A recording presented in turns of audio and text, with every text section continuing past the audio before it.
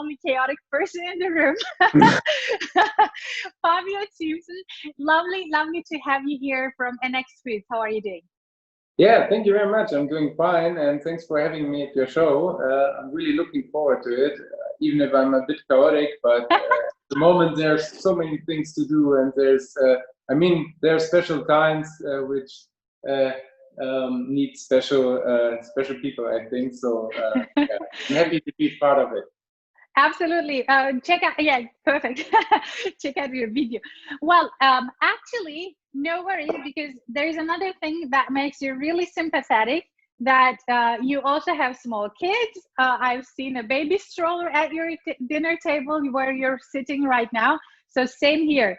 Totally feel you. You don't only have the kids, you also have the startup kid. So it's a lot of work. Fabio, but as being someone coming from the food sector, what are you going to prepare?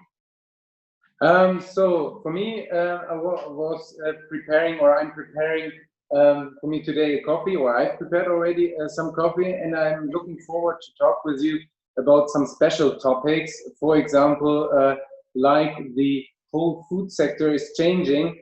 And I'm quite curious because I recently received a package, what I was looking for in a very special sector. Maybe we can talk about it.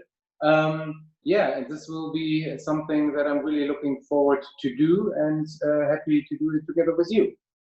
Yes, that's actually really interesting. And that package you just showed me, I'm really interested in experiencing what's in that package. Let me show you what I'm going to be fixing. This is a German brezel. It's a pretzel. And I have some butter. So it's just a butterbrezel, which is really easy. And you don't even have to count the salt on it. So it's actually only 2 ingredients. I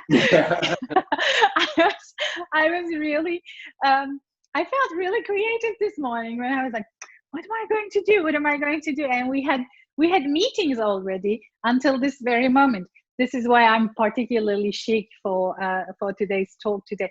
Well, Fabio, what does NX Food do?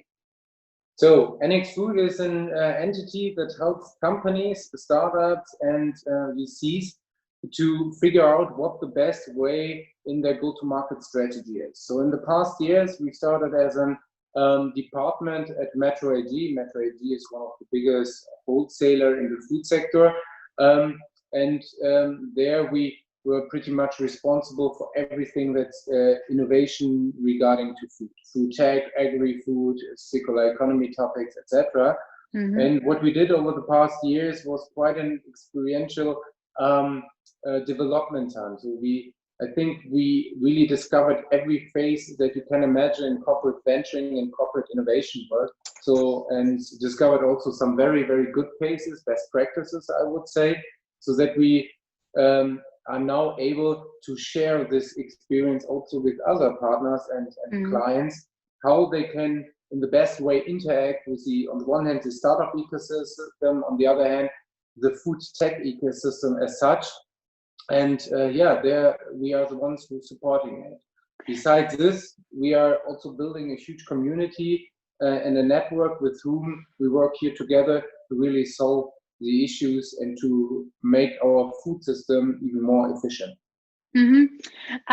So I'm really interested in the efficiency and the systems aspect of food production. On the other hand, I want to know your personal attachment to this topic. How did it come about? I mean, how does one become a food tech expert suddenly? Yeah, that's quite a funny journey because when after school, I asked myself also, okay, what can I do? I worked for, I think, even my school time, I worked a lot in the food sector, on the hospitality side.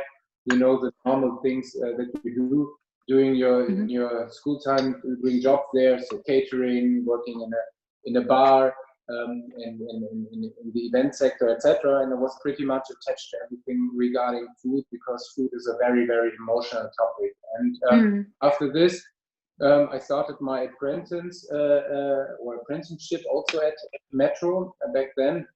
But besides this, I studied marketing and communication and it came out that the whole digitalization is happening in the sector. And we were talking a lot about digitalization in the non-food sector, and having on site the apprenticeship at Metro, I was discovering, hey, there will be also some kind of disruption or transformation happening also in the food sector.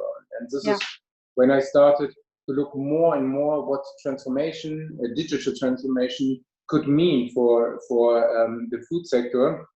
And after the apprentice, I studied then logistics and e-commerce, so very, very specialized, and founded besides this my own company with another friend of mine. We were pretty much looking in the whole sector of subscription-based food services. In this case, we had organic boxes with fruits and veg, and then the whole e-food sector, the online food ordering sector, becomes more and more interesting. And, I left Metro at then, and after a couple of years, there was another opportunity to start again at Metro, but then in the position of the head of online food grocery in the innovation sector. And I started then at Metro again. And then I said, if we as a Metro innovation department are looking still into the online grocery sector, this cannot be the future, because the online grocery needs to be part of our operational unit, needs to be part of our sales line. If we are doing innovation work, we need to ask ourselves, what is the value proposition of a wholesaler in the future? And so we need to really think about how the whole food system will develop, and with a more 5 to 10 horizon, think about what are future solutions, infrastructures, etc., that impact how people will eat and how people will receive their food. And then you think about topics like vertical or indoor farming, circular economy, personalized nutrition, alternative proteins, etc. So there are so many, or robotics and KI, blockchain technologies, so the whole space. And this is when I started my innovation work, and this is how I landed in the sector. That's really fascinating. And I want to go back to the personalized food part of it, because I know that you had the books. So how does that work? So the personalized nutrition topic has somehow a journey behind it, let's say it like. So when we were first talking about the whole topic about personalized nutrition, I think 10, 20 years, or even now, it's always like, okay, we go into classic supermarket. You can see here, the one Andreas Gurfi made the picture of the classic supermarket. You have the product, you know, okay, how you plan your day, and then you buy your stuff, your ingredients, and prepare them. The next chapter is that you get curated boxes. So curated boxes that can be, for example, that you get on a subscription basis, on a regular basis, food, where you pre-select, you want to eat vegan, vegetarian, etc., and then you get really dedicated to a special need, some products. So this is the next step of development. So get curated assortments. Then the next topic is the whole topic of mass customization. Was pretty much famous by startups like My Muesli or Just This, where you can get online and you can create your own spice based on your personal needs. So, and this one here, we have here the turbo sharpest Gewürz. So that means that people get online and say, okay, the normal hot spices are nothing for me. I want to have the heavy ones. And then they can create their topics.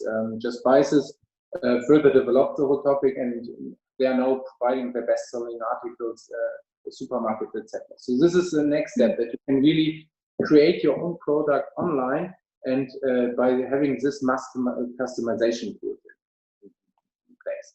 And then the next step is what we have here and what we describe, is the really personalized nutrition approach. Here presented by the company Lycon, but there are a few other ones like Löwy, etc. from Munich.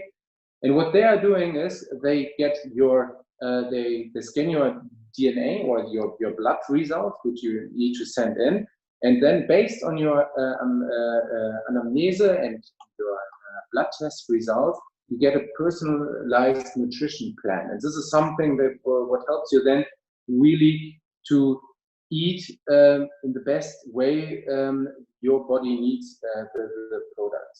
And there are some companies. But it's not supplements, right? It's just real food. Okay. Real food, and here we have just the analysis. But supplements is also, and this is totally correct, is, for example, what the company Löwy is doing. They are providing you supplement, but there are also some additional services to this kind of boxes. So this is how the whole journey from personalized nutrition is going. And since you were asking me what makes me, or what I find so interesting about the sector is, because here we have high technological driven products or solutions in place. So very functional, very on a very thin line between medical products and food products, very functional. But on the other hand, food is a very, very, very emotional topic. And I think it's very, very interesting to see how you can place some products on this really bright line or a bright range from functional to very emotional. And this is what makes it, for me, very interesting. I think also, in some families, for instance, food plays such an important role, and it has a cultural factor in it, and it's just like you say, it's a very emotional topic. On the other hand, how do you see the future of food production? Because right now we seem to have this massive problem around overproduction, and all of these personalized aspects, personalized products, they seem to be more available to people up a certain salary range and things like that. So how are we going to find a balance that tackles more the distribution problem? So this is a very good question, and I think it's one of the major questions we need to solve till 2050, and also a lot of points in the SDGs are really facing exactly this situation. In 2050, if the development is continuing like we see it today, we have 9.8 billion people to feed on this planet, and therefore we need to think about how we distribute and how we increase, or let's say, decrease the food loss and food waste development that we have. Because there is enough food to really serve all people the product, and so the system as such needs to be more efficient. What does it mean? More efficient means that we also think about resource allocation, and therefore, for example, solutions like in the vertical farming sector or in the cultivated meat sector are pretty helpful to help us to really relocate the resource production. As you can imagine, I think one of the best examples, and this is why the technologies are really pretty much driven there, is Singapore. Singapore is very dependent on the resources from the import of other products. And therefore, they are really looking from a geopolitical perspective into this kind of solution, because it helps them to be responsible for their own food production. And cultivated meat is one product. And it helps also to avoid, and I think you are familiar with the situation we have now in Germany when it comes to the whole mass production topic in the meat sector, that we have also new solutions that help us to substitute the current situation, and also to give meat the price that it deserves. And this is also a very, very big topic. So you see there are a lot of factors coming together, making the whole system more efficient. So there's the infrastructure topic. These are logistics, etc. There are data-driven topics, and of course, the whole topic of how we process food in general. Yeah. And also the ethical aspects of all of this, around the production, around the mass animal farming and things like that. I think those are really, really important topics. But how do you think can small startups actually play a role in this fight against these gigantic industries that actually want to do the things the way they always did them. So on the one hand, we see that meat should have a certain price, because only if you pay a certain price, you can make sure that, you know, people at the chain of production are actually ethically, they're being treated ethically correct. The animals are being treated ethically correct. So, but on the other hand, the market, people claim the market wants cheap food. Is that true? So the thing is, I'm always saying that the customer is a two-headed creature, let's say like this. He's claiming that he's conscious, that he takes care of the environment, etc. But the truth comes out at the by scanning the barcode and the cashier. So you are right when you say that the price is one of the main drivers, and it still is. Of course, there are some developments which we see at the moment also by the latest nutrition report of the German government, that the people are taking care more about where the food is coming from and what is behind. So this is a major development. On the other hand, if you say that what is the opportunity for, or how can startups be the David in this David Goliath fight and even be equal, there are a lot of opportunities today by exactly having this trend in place. You see it with companies like Beyond Meat or Oatly that are really driving a new movement. And the funny thing is that it's not a movement which is mainly driven by having an animal welfare discussion in place. It's more about eat healthier and you will be and you will perform better. Yeah, we see it by documentations like Game Changers, produced by Arnold Schwarzenegger and James Cameron, yeah, which was very, very successful on Netflix, which claims, hey, if you eat vegetarian or vegan, then you are performing better. And that we are performing now also better, I need to put in the energy because otherwise we will have no connection anymore. Oh, okay.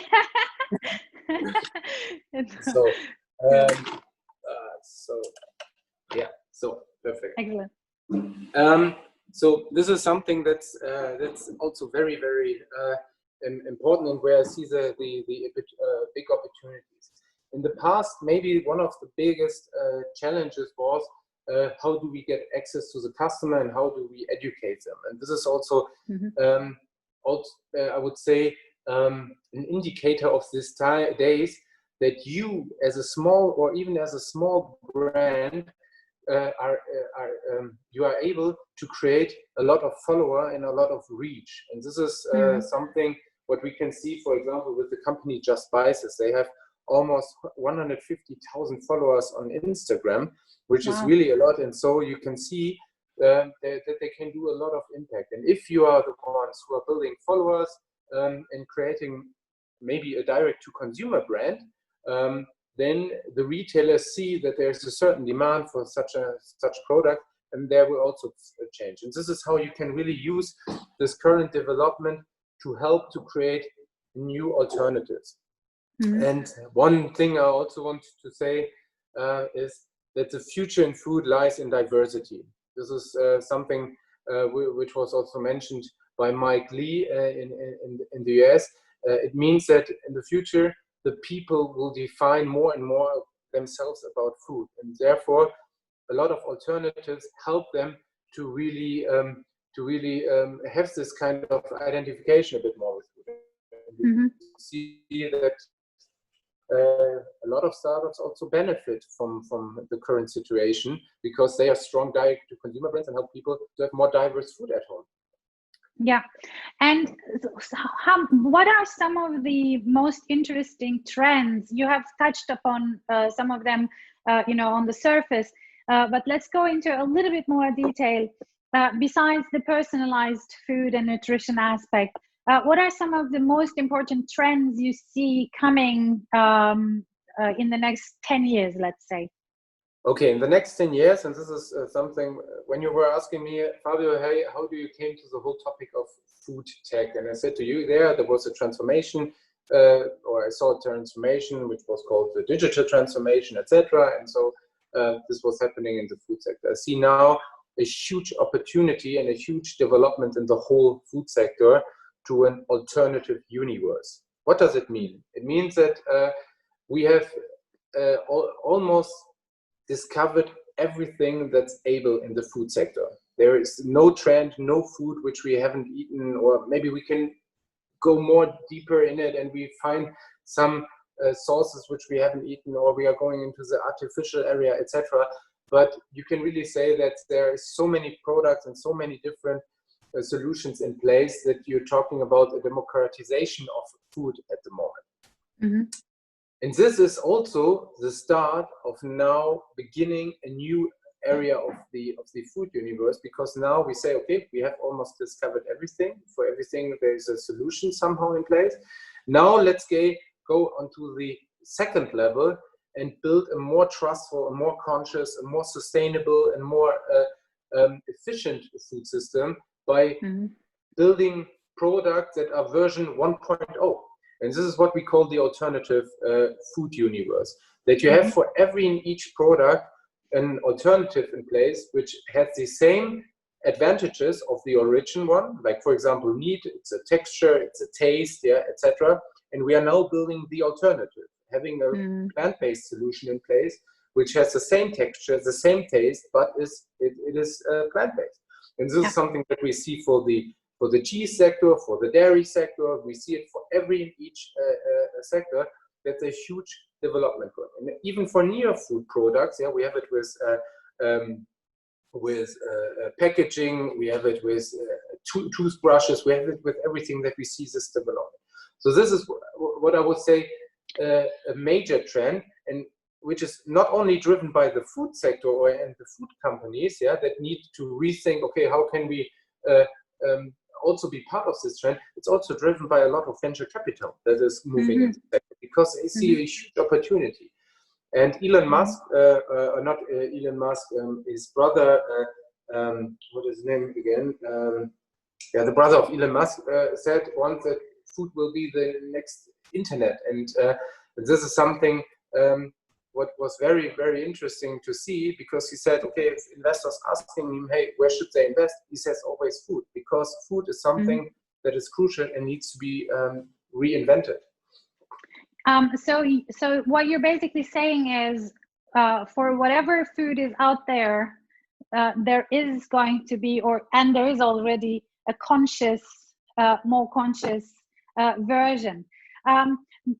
One thing that people who want to replace, meat-based food with plant-based food, for instance, they say it's never the same. It does not taste the same. It doesn't have the same nutritionist elements, and even worse, there is a lot of chemicals in there to make it taste like this. So because when you have the how do you call it, like the soya milk, right?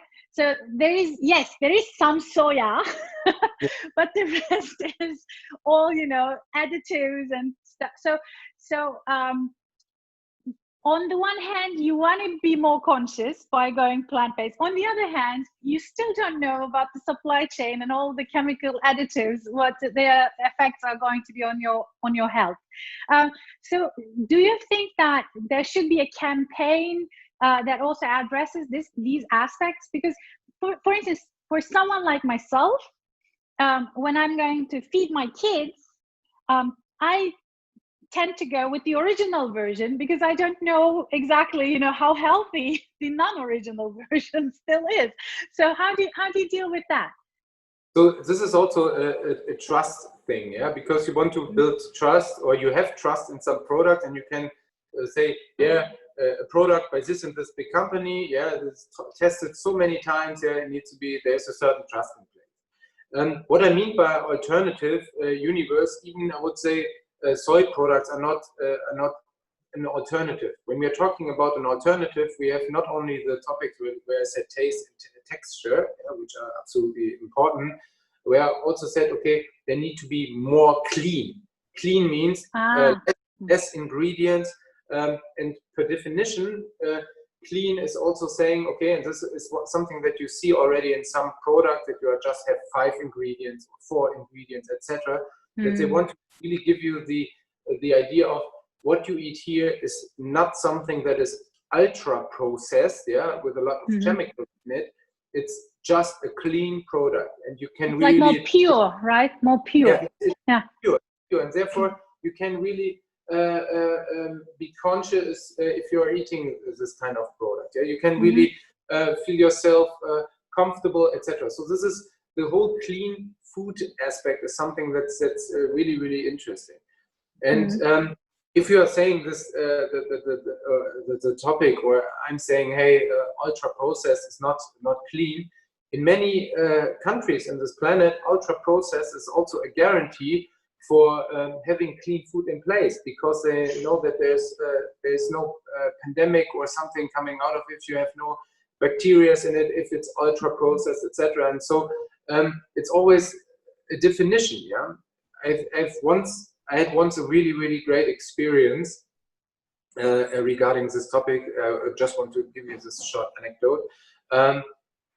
I was at a conference in Copenhagen, and there was René Redzepi speaking from the NOMA, and he was telling about his vision of food. That in the future, in his vision, the kids and children see the whole city as a supermarket. That they know exactly what kind of plants they can eat, what kind of plants are useful, and if they go in the woods, they also see what is healthy there, etc., and that they can survive because they are following their instincts. A very local and hyper-local perspective on the food sector. And there were standing ovations, etc. And after him, the Food Process Ministry of India came on stage. Oh, wow. He said, hey, we are now here in Copenhagen, and we are here in Denmark. Denmark has how many inhabitants? 5 million. In Europe, there are 600 inhabitants. In India, we have 1.3 billion people living. And for us, ultra-processed food is a guarantee for having a clean food system in place. Because otherwise, we would have big pandemics, we would have really, really big problems there. And therefore, I really enjoyed the idea of eating local, but when you have so many people at a place, if you have so many restrictions, we need to think in processing and on purpose. This opens my eyes. Absolutely. There's always 2 sides of the topic. I think that's really, really important to know that there are always, just like you said, there are always, it's always a 2-sided sword, and you have to be conscious about being critical for both sides, and also being creative in both sides. And of course, you're right. I mean, if you're in India and you start, seeing the city of Mumbai as a supermarket, it's not going to take a long time for you to end in a hospital, probably, under the current infrastructure, situation. So there, it's going to be probably an extremely important thing.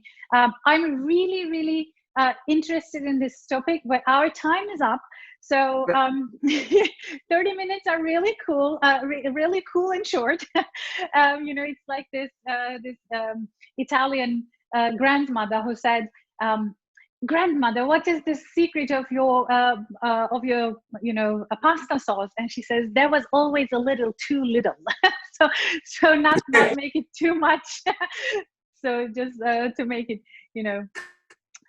kind of still interesting. But we never end the show before we tell a joke. Yeah, Fabio. So your internet connection, exactly. Your internet connection seems to strike just right in the moment when we need to tell our jokes. But I'm going to ask you one. A joke, okay. I think I had now enough time to know a joke, but To be honest, I don't know a joke at the moment. Really, You no, don't remember one? Well, I should have given you some hints. It's okay, because I have a joke for both of us. Yeah. And it's a food Thank you very joke much. because because since you're a food guy, I thought of a food joke. Wait. What is the place where you go on red and stop on green? Where you go on red and stop on green. What the race is?